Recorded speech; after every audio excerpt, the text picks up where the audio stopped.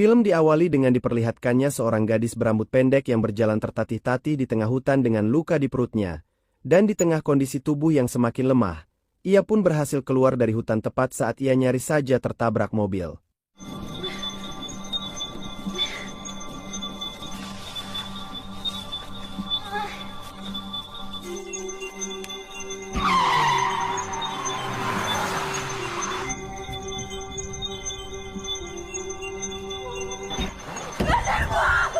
Rupanya, itu adalah mimpi dari seorang gadis bernama Mary yang saat itu sedang dalam perjalanan bersama sahabatnya yang bernama Alessia untuk menikmati liburan akhir pekan di rumah milik orang tua Alessia.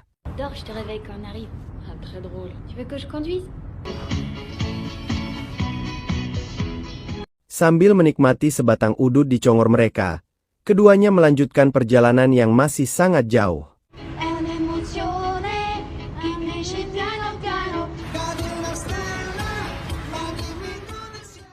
Scene beralih pada sebuah rumah sederhana di daerah terpencil yang dikelilingi ladang jagung.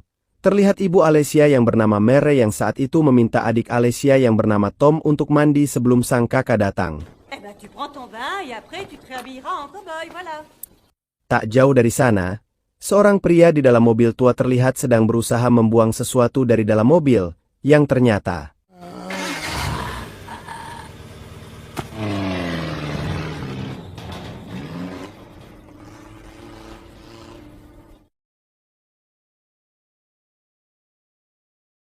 kembali pada Alessia dan Mary yang hingga malam masih dalam perjalanan, mengingat rumah orang tua Alessia berada di tempat terpencil dan sangat terisolasi. Tepat saat mereka melintas di tengah ladang jagung, Alessia meminta untuk memberhentikan mobilnya yang dikemudikan Mary, di mana saat itu, Alessia menyebut jika ia melihat seseorang di tengah ladang yang membuatnya memilih turun untuk memeriksanya.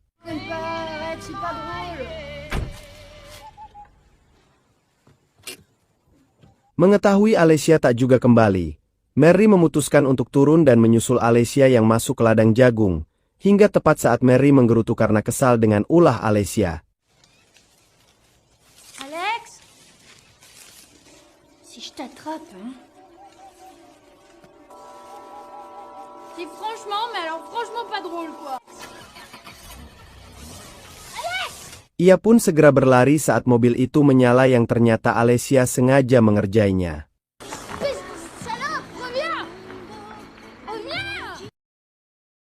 Tak lama kemudian, keduanya pun sampai di rumah orang tua Alessia yang disambut baik oleh ayah Alessia yang bernama Pere dan segera mempersilahkan mereka masuk. Namun, Mary sempat memperhatikan sejenak sekeliling ruangan di rumah itu.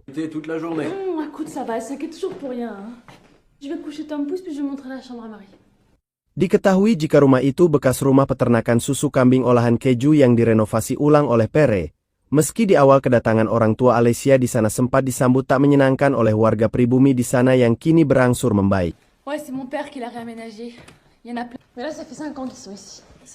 Ketika Alessia meminta Mary untuk terlebih dulu ke kamar, Mary pun berjalan perlahan dan masih terus memperhatikan sekitar ruangan di rumah itu, dan saat ia memasuki suatu ruangan.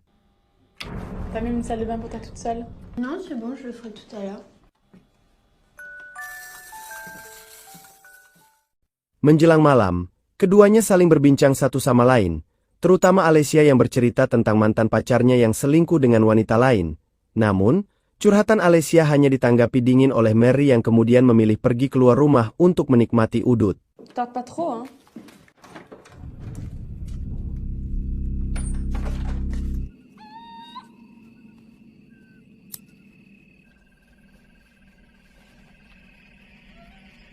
Mary pun terlihat santai menikmati udut dicocotnya sambil duduk di ayunan, dan di tengah suasana sunyinya malam itu, terlintaslah di pikiran liarnya untuk berfantasi.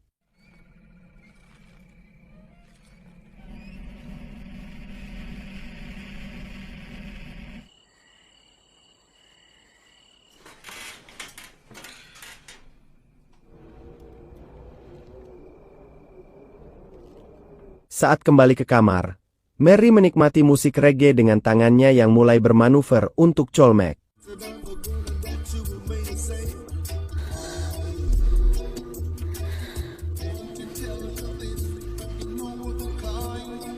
Mary pun dibuat terbang melayang dengan fantasinya. Namun di luar rumah, terlihat sebuah mobil tua yang seperti mobil saat siang di ladang jagung yang menuju ke rumah itu dan berhenti tepat di depan rumah, di mana ketika anjing menggonggong menyambut kedatangan mobil itu, Mary pun terpaksa menghentikan colmeknya untuk memastikan apa yang terjadi di luar rumah.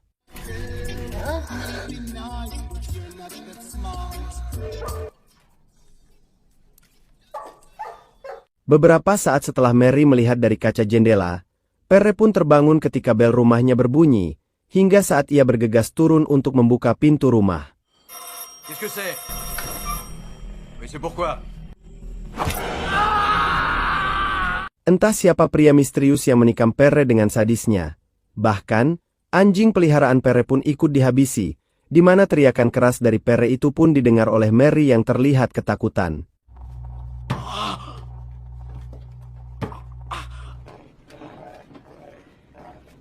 Tak cukup sampai di sana, pria psikopat itu pun terlebih dulu menyiksa Perre sebelum membunuhnya dengan cara keji.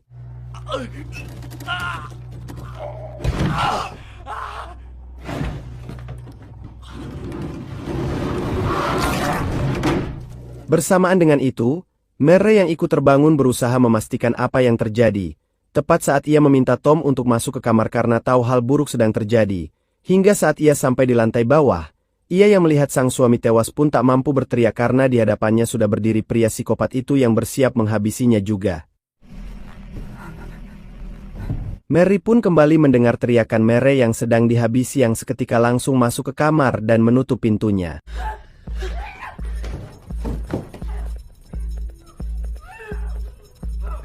Di tengah rasa takut dan paniknya, ia berusaha untuk mengganjal pintu kamar dengan lemari, namun sayangnya, ia tak berhasil karena lemari itu terlalu berat dan segera mengemasi barang untuk ditaruh di tempat tidur dan menutupnya agar menyerupai orang tertidur seiring psikopat itu mulai naik ke lantai atas.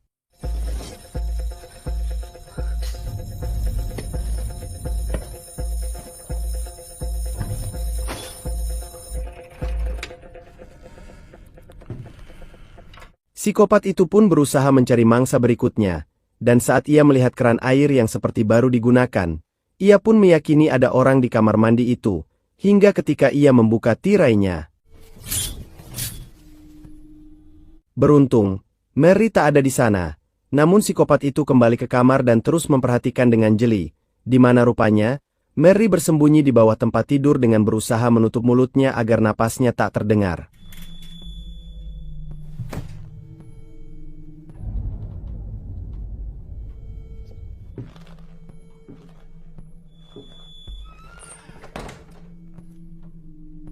Ketika psikopat itu pergi, Mary akhirnya bisa bernapas lega, walau kini psikopat itu menuju kamar Alicia yang sedang tertidur, hingga saat Alicia terbangun dan menyadari pria itu.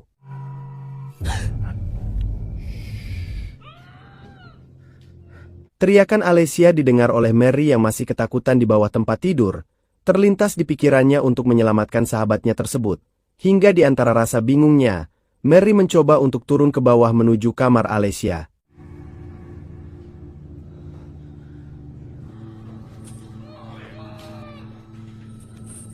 Saat mendengar Alicia yang sangat ketakutan, Mary berusaha mencari senjata yang bisa membantunya. Namun bodohnya, ia malah masuk ke dalam lemari tepat saat Mary yang rupanya masih hidup mencoba untuk meminta bantuan. Namun sialnya,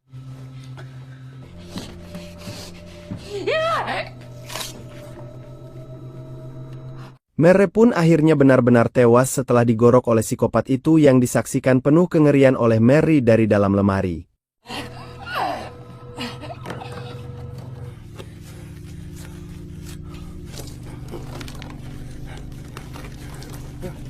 Setelah memastikan psikopat itu pergi, Mary pun terkejut saat ia melihat Mary sekarat dan tak lama menemui ajalnya, di mana ia pun lalu melihat Tom yang berlari ketakutan dikejar oleh psikopat itu. Mary lalu ke kamar Alicia dan mendapati Alicia dalam kondisi mulut terikat dan kaki terbelenggu rantai yang sepertinya baru saja diperkosa oleh psikopat itu.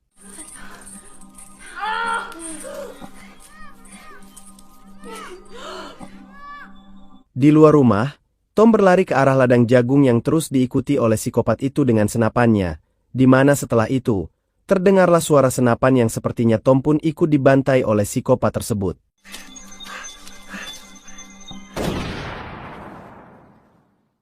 Sementara itu, Mary berhasil menemukan telepon rumah yang masih berfungsi yang berada di dapur.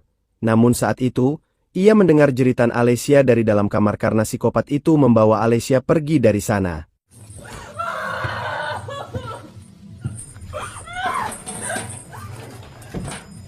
Menyadari masih ada orang di rumah itu, psikopat itu pun segera memeriksa seluruh ruangan di rumah itu, sedangkan Mary yang masih di dapur bersiap dengan sebilah pisau yang dipegangnya.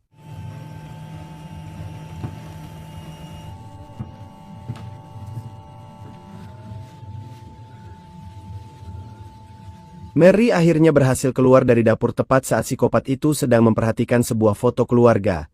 Namun sampai di sini, belum jelas apa motif dan tujuan psikopat itu tega melakukan pembantaian terhadap Mary dan keluarganya.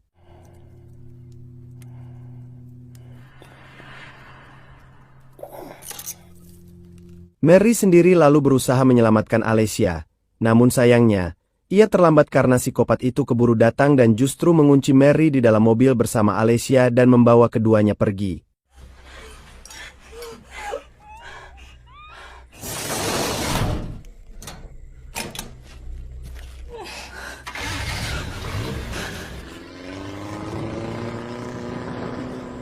Mary yang tahu jika psikopat itu tak menyadari keberadaannya pun mencoba membuka pintu belakang mobil saat psikopat itu fokus di balik kemudi dengan musik yang didengarnya.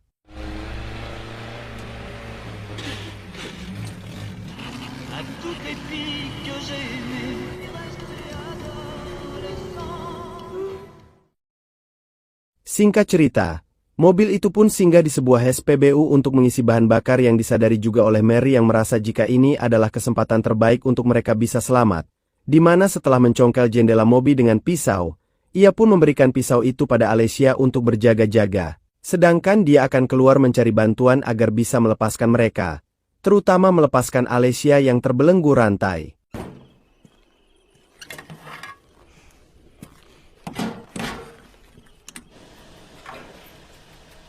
Tepat saat psikopat itu sibuk mengisi bahan bakar, Mary berhasil keluar dan mengendap-ngendap di sisi mobil.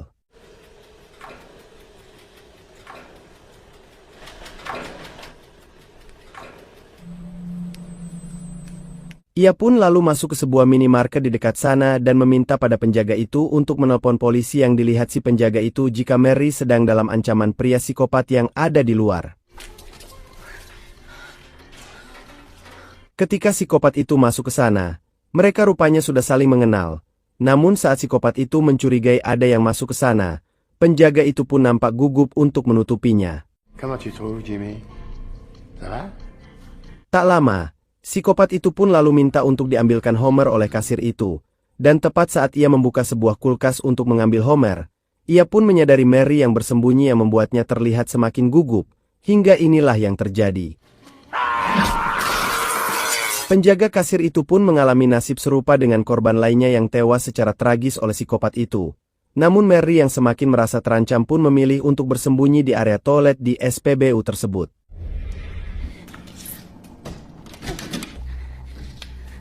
Psikopat itu rupanya semakin menyadari keberadaan Mary dan berusaha mencarinya ke seluruh ruangan di sana tepat saat Mary bersembunyi dalam diam di sudut ruangan.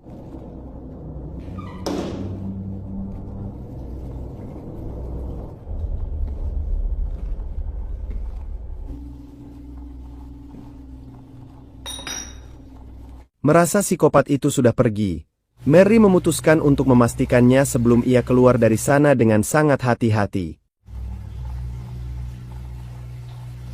Ketika keluar, ia pun terkejut melihat psikopat itu telah pergi bersama mobil dan Alexis di dalamnya, di mana ia segera menghubungi polisi dan menceritakan semua kejadian yang dilihat dan dialaminya malam itu.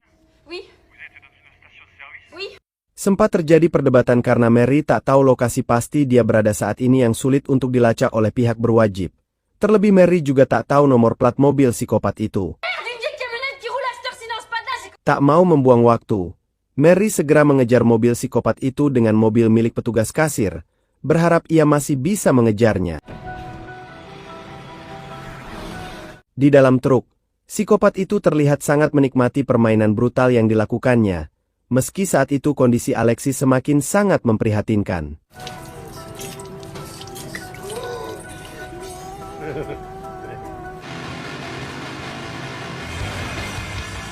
Bersamaan dengan itu, Mary berhasil memangkas jarak mobilnya dengan mobil psikopat itu yang masuk menuju jalan ke tengah hutan.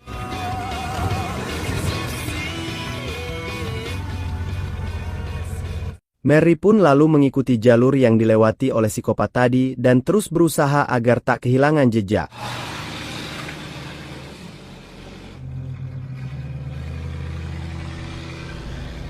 Ia pun terus melajukan mobilnya di tengah hutan, meski Mary tertinggal jauh dari psikopat tersebut. Di tengah rasa bingungnya, Mary kemudian melanjutkan kembali, namun rupanya, psikopat itu telah menunggunya, sehingga inilah yang terjadi. Mary pun berhasil mengendalikan mobilnya untuk kemudian menjauh dari psikopat itu yang terus mengejar mobilnya. Namun setelah itu,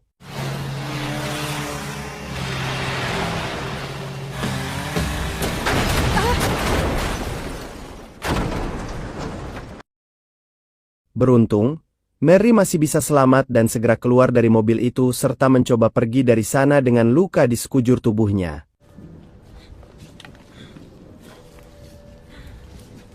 Ia pun lalu membalut lukanya dengan kain yang ia temukan di hutan itu. Namun sesaat ia segera bersembunyi saat tahu psikopat itu masih terus mengejarnya.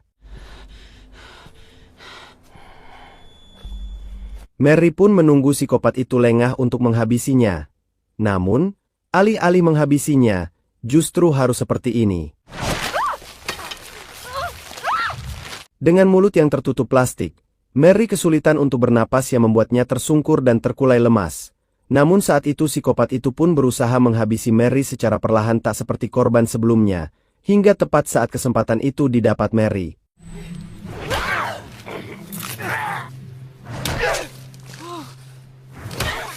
Mary berhasil menghantamkan kapak milik psikopat itu berkali-kali yang membuat psikopat itu tak berdaya. Namun meski sekarat, psikopat itu berhasil mencekik Mary.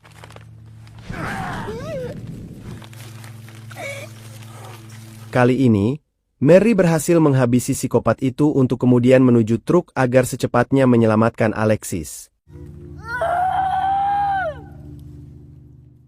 Beralih pada sekelompok polisi yang baru saja sampai di SPBU sebelumnya untuk memastikan pembunuhan yang terjadi tepat saat Mary yang baru saja melepaskan Alexis. Namun, Mary justru menjadi pelampiasan amarah sahabatnya karena dianggap ikut membantai keluarganya bersama psikopat itu. Dan meski Mary meyakinkan bahwa dia tak terlibat dan telah membunuh psikopat itu, Alexis pun tak peduli, hingga terjadilah. Bersamaan dengan Alexis yang berlari meninggalkan Mary yang terluka, psikopat itu rupanya masih hidup meski tertancap sebuah pisau di perutnya, di mana ia pun mengambil sebuah gergaji mesin yang bertekad untuk menghabisi Mary dan Alexis. Psikopat itu pun menjadikan Alexis target utamanya, di mana Alexis yang ketakutan pun segera berlari keluar hutan.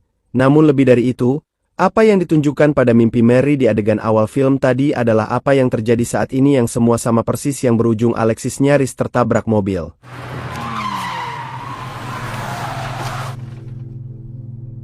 Alexis segera masuk dan meminta pria tersebut untuk menyalakan mesin mobilnya. Akan tetapi mesin mobil itu tak mau menyala, hingga tepat saat psikopat itu mendekat.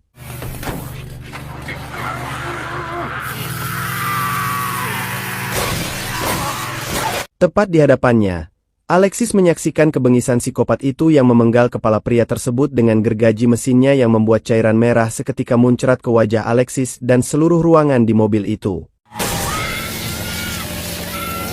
Di tengah rasa takutnya, Alexis berhasil keluar dari mobil. Namun karena luka di kaki yang terlalu parah, Alexis tak bisa berlari pergi dari sana.